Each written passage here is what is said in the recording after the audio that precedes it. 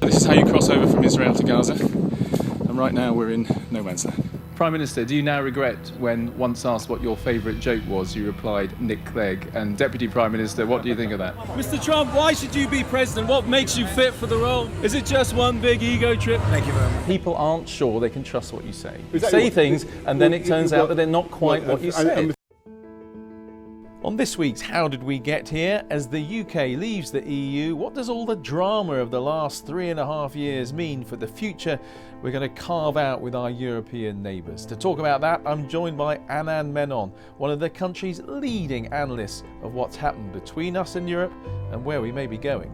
Thanks very much for talking to me for this edition of How Did We Get Here? And today we're talking about our relationship, Britain's relationship with the EU. You are the head of UK and a Changing Europe, part of King's College London. I'm talking to you here in your HQ. It's been a pretty busy time for you over the last year or so, I imagine. It's been a busy time since a few months before the referendum, actually. I confidently said to my partner, I think in April 2016, it's all right, things will be quieter in a couple of months. And I repeated that a few times thereafter, but I've given up saying it, and she's given up believing a word I say. So we've had a pretty extraordinary 3 or 4 years or so. And we're going into a new phase. But before we get to that, on the grounds that this is a podcast, how did we get here? Let's talk about what is done in terms of a deal. We all heard about getting Brexit done from the Prime Minister. What is done in terms of the deal between Britain and the EU? Well, what is done is the withdrawal deal. That is to say, an agreement that covers how much money we owe, what happens to citizens' rights after we leave, and the status of the Irish border. They were the three issues that the EU in particular flagged up as being its priorities in phase one. Remember, the British government wanted to talk about lots more of things in phase one. The EU simply wouldn't. So the past is resolved, if you like. And just checking those quickly one by one, do we have a figure for the amount of money we're going to end up paying to leave? Yeah, we do, but I'm bugging it. It's about 39 billion pounds, they used to say. Yeah? It's the high 30 billions, though that's changed because of transition and what we've paid now. It'll hinge a little bit on what the arrangements are going forward. It'll be less than that now. Okay. Citizens' rights, there's still a few people worried about that in terms of both EU citizens here and UK citizens living on the continent or in Ireland. Yeah, and it's worth just stressing the fact that UK citizens in other EU member states have their rights in situ being sorted out, but they lose the right to free movement. EU nationals here, of course, now have paperwork to deal with. They have to register for so-called settled status if they were here before the cut-off date, and those arriving after the cut-off date, we're still not entirely certain what the arrangements for them will be, but the assumption is they will be subject to the same kinds of visa and immigration provisions as non-EU nationals. I mean, one of the things that worries EU citizens living in the UK is, who have been here for a while, I might get thrown out. Yeah. Is anyone going to get thrown out if you've been here legitimately? Almost certainly not. I mean, apart from anything else, because I find it hard to believe that the Home Office will have the wherewithal to either find these people or do anything about it.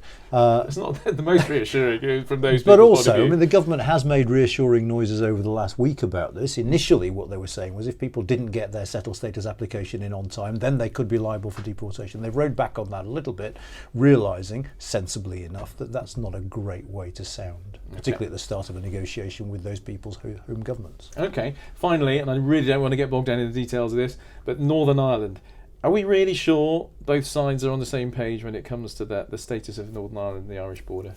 Well, both sides are talking a different game. It remains to be seen whether the Prime Minister is actually saying what he thinks or just saying what is politically convenient at the moment. It seems clear to me that under the Northern Ireland Protocol, when it's finally implemented, and that's going to take a while and probably longer than the rest of this year, that there will have to be checks, certainly on trade between Great Britain and Northern Ireland. There will be export declarations to be signed and filled out by people trading from Northern Ireland to Great Britain. So the idea that there will be no checks, I think, is simply untrue. Even though the Prime Minister keeps insisting, if you give me, I think he said, if you have that form, give it to me and I'll throw it in the bin or something. He's been literally saying that kind of thing. Absolutely. And bear in mind that the final details of this will be worked out by this so-called joint committee. So we don't know precisely how this will work yet. And of course, you can avoid all checks if the UK and the EU were to sign such a close trade relationship that you didn't need those checks. The problem is everything that the Prime Minister has said indicates he's not after that sort of arrangement, and so in that case there will be checks. Okay, we'll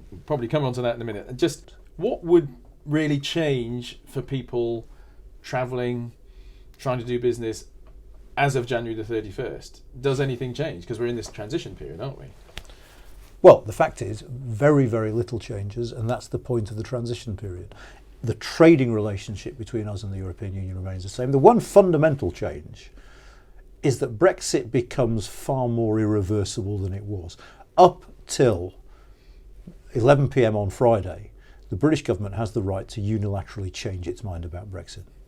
As from 11:01 on Friday, if we want to be a member of the European Union, we have to apply like any other non-member state. Okay. And in terms of people going to visit, they won't notice any differences? Certainly not during transition, almost certainly not actually thereafter, because I find it very, very hard to see any system in place on either side whereby people popping over for short holidays or whatever are going to face any kinds of restrictions. Will we go through the same EU corridor to see the same person at immigration, for instance, or will we have to go into another one? Almost certainly another one, because remember those lanes, they're not EU, are they? Because they have Switzerland and the EEA as well. That depends on the arrangement we strike with the European Union.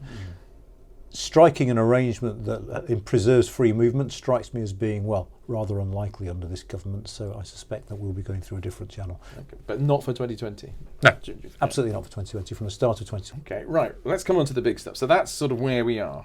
Let's go on to the big stuff that now that lies ahead between Britain and the EU. And clearly, the big relationship to be worked out is trade, how we do business with each other. Okay, and the danger for the UK, I guess, is in seeking to put a distance between ourselves and the EU, certainly in terms of what we call divergence, not signing up to lots of EU rules as we have been subject to as members. That means we're just not going to get the same ease of access to the European market. Is that right? I mean, there are some member states, like the French, to a lesser extent the Italians, who are saying, look, the United Kingdom isn't like Canada. We talk a lot about a Canada deal. The United Kingdom is far closer and a far bigger economy and a competitor in a way that the Canadians simply aren't. So the idea that we're going to give them tariff-free access to our market without saying to them, if you don't adhere to the same standards of us, and therefore if there's a risk of you undercutting us and selling things cheaper to us than we can produce them, no go. Okay, and just to be clear for people, tariff is basically a tax imposed to make an import from another country more expensive. Tariff is a way of making imports more expensive. There are all sorts of tricks in the book of how to protect your industry. The other is to impose quotas. You could only export so many of those things to us. So there are all sorts of ways outside of the structures of the single market and the customs union which you can make it harder for us to trade with them. So are we looking at a situation where, in order to ensure that Brexit happens in a way that you could argue Leavers wanted it to happen, businesses are going to go bust in the UK because it's going to be harder for them to do business in the EU? Well, let's just spend a moment on this, what Leavers wanted when we left, because there's a big spectrum there, isn't there? There are some who wanted us just to be not a member state, but actually to be a rule taker, to be like Norway, basically implement EU laws so we could keep trading. So there's a spectrum of Leave voters. By no means all Leave voters saw the future in these terms. But given that this government sees the future in these terms, then yes, there will be businesses that go under. There will be firms whose business model becomes simply untenable if faced with the prospect of checks, tariffs, and of course, crucially, delays. If you sell fresh produce to the European market and it turns out that we're going to have not only tariffs but checks, maybe in the first few months long queues, it will be very, very difficult for you. What about some sort of particular areas? Fishing, for instance, has been very sort of politically charged. Is fishing a big deal in this negotiation? Fishing's a massive deal politically, as you say. There are probably about 8 or 9 EU member states who have an interest in fish. Those member states are making it quite clear from the get-go, we need access to British fishing waters, otherwise we are not going to go ahead with the rest of the negotiations. And the EU, interestingly enough, has said fisheries is one of the 2 things, the other being financial services, we want out of the way first. Now, fishing is a tiny part of the British economy. I think it's 0.12% of GDP or something like that. The one of the two, it's either 1, 2 or 2, 1, I can never remember. It's pretty small. It's small. But it is politically totemic. I remember talking to the guy who was our first ambassador to the European Union when we joined, and he said to me that actually the night before we formally signed the papers to join, he sat in an office in Brussels with a Tory minister going over a map of the United Kingdom, looking at the coastal communities and trying to figure out whether the Tories would be all right under the common fisheries policy. So it's been there from the start. It's far less important to our economy now than it was then, but it's politically totemic. Just think back to the referendum. Think back to, Nigel Farage and Bob Geldof on the River Thames. So could the temptation be there for the UK to say this is something that a number of European governments care a lot about? It doesn't really affect our economy very much. Let's use it as a bargaining chip? Well, this is where the EU's sequencing idea comes in. Fishing and financial services are being negotiated first, so there might be some linkage there. But the EU is playing quite a canny game here, trying to prevent us using the sort of temptation of access to our waters to get support for trade-offs in other areas. Okay, well, you mentioned financial services. If fishing is a small part of the economy, financial services is a huge part of the economy. So where do we stand on that with Europe? Well, at the moment, the British government has said it wants to sign an equivalence arrangement. Now, under EU law, some parts of its financial services law operate in such a way that if the authorities there so wish, they can offer equivalence to a non-member state that basically allows them to trade with the EU as if in their same market, more or less. I mean, there are all sorts of exemptions to that. Now, that's what the British government's after. There are a couple of things to be said about that. One is equivalence isn't granted automatically, and we might not pass all the tests. Two, it's quite a tight timetable. We're meant to do it by July. Three, and this is the rub for financial services firms who want certainty, under equivalence, the EU can turn around and give us a month's notice that it's no longer granting it to us. And that's just their side. They can do that unilaterally. Absolutely up to them, totally unilateral, which means there's never more than a month's certainty about those arrangements. It is very, very different from what we have now, which is passporting that basically allows UK firms to trade with the EU in financial services as if it was one big domestic market. That absolutely will not be the case, even if we get what we want. Okay. What about the sort of parallel negotiation? Will it be a parallel negotiation with the US? Can you do these things at the same time? Obviously, the idea is the US will be coming in and a deal with the US will make up for whatever it is that we lose, say, in the EU. Is that plausible? Is it doable at the same time? Do you have to do one before the other? Well, let's start with the economics of this first. It is not plausible that a US deal makes up for what we lose in an EU deal at the moment. Why? Simple, geography. We trade more with countries that are close to us. We did a study a couple of years ago in which we tried to estimate this, and we reckon that if you remove every single tariff that exists in trade between the US and the UK, the benefit to our economy will be in the area of 0.3% of GDP, which compared to the loss that those forecasts are talking about in terms of trade with the European Union is a very, very small number. So that's the first thing. Then can we do them at the same time? Yes, we can do them at the same time, but they are interrelated, which makes it problematic. And they're interrelated in two ways, I think. One, any negotiating partner, whether it's the US, whether it's Canada, whether it's New Zealand, whether it's India, are going to be quite interested in what our relationship with the European Union is going to look like, because having a deal with us might hold open the prospect of access to the European market. They're interdependent in that way, but they're also interdependent in terms of laws and regulations, because the US might say to us, we want to trade more agriculture with you, we'd like you to lower your agricultural standards. The EU will be saying, if you want to trade with us in agriculture, you have to maintain high agricultural standards. There is a binary choice to be made. And that is a big choice facing the Johnson government. Essentially, which lot of regulations on things like farming, food standards do you go with, the EU or the US? Absolutely, and here there is there is the danger of a very fundamental misunderstanding here. Britain simply saying it has no intention of diverging from EU standards does not guarantee, in fact it doesn't guarantee, that our trading relationship with the EU remains the same. Because what the EU will say is, we don't care that you've got the same standards now.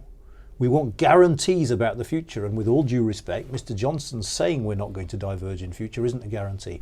Finally, Prime Minister says he wants it all done by the end of the year. Is that feasible? Because obviously the great fear up until this withdrawal agreement was done was the cliff edge, that we just get to the final day and there's nothing in place and suddenly everyone's in limbo and businesses don't know what to do. Could that happen at the end of December? I don't like the metaphor of cliff edge for several reasons. Firstly, because we've already felt some of the economic impact of Brexit. So in that sense, we're already partly down that cliff.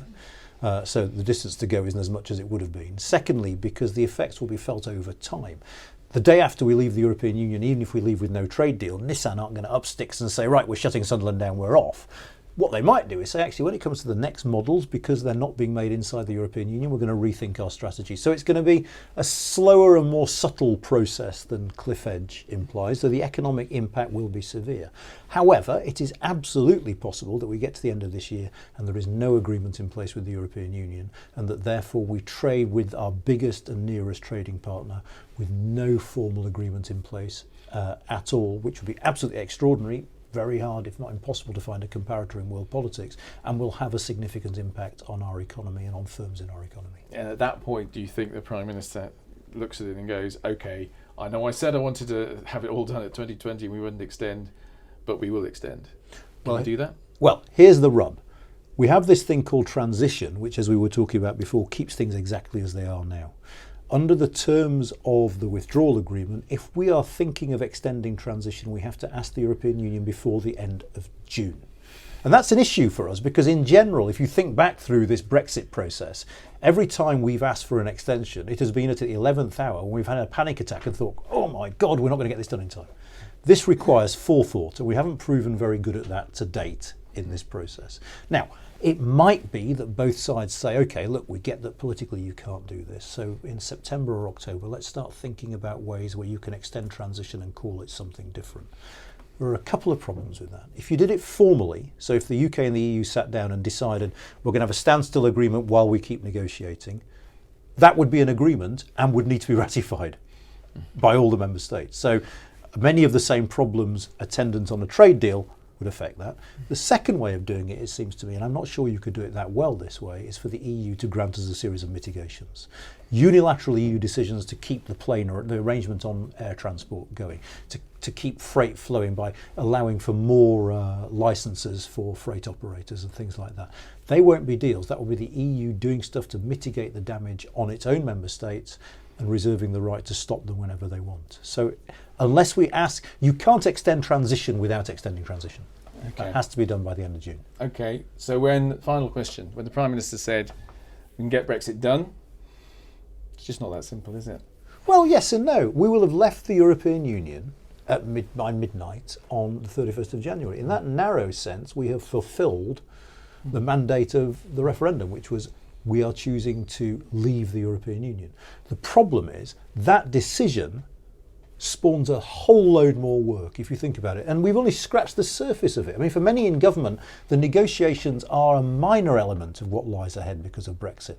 We've got to have a new agricultural policy, a new fisheries policy, a new immigration policy.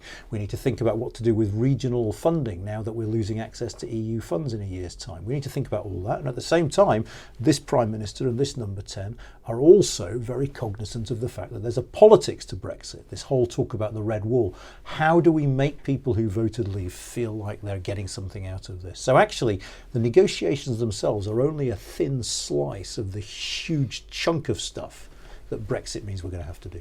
Okay, Anand Menon, thanks very much for talking to us. If there's anyone in the country who knows as much about this as you, I'd like to meet them, and I wonder if one day Number 10 are going to come and tap you on the shoulder Brexit and say, come and talk to us and give us advice inside Number 10 on how we do this. Anand Menon, thanks very much for talking to us. How did we get here? Thanks a lot. My pleasure. Thanks for listening to this edition of How Did We Get Here? Anand can be found on Twitter at UK and EU. I am on at Andy Bell 5 News. And if you have any thoughts on this or suggestions for future podcasts, email me on andy.bell@itn.co.uk. Thanks for listening, and look out for our next edition.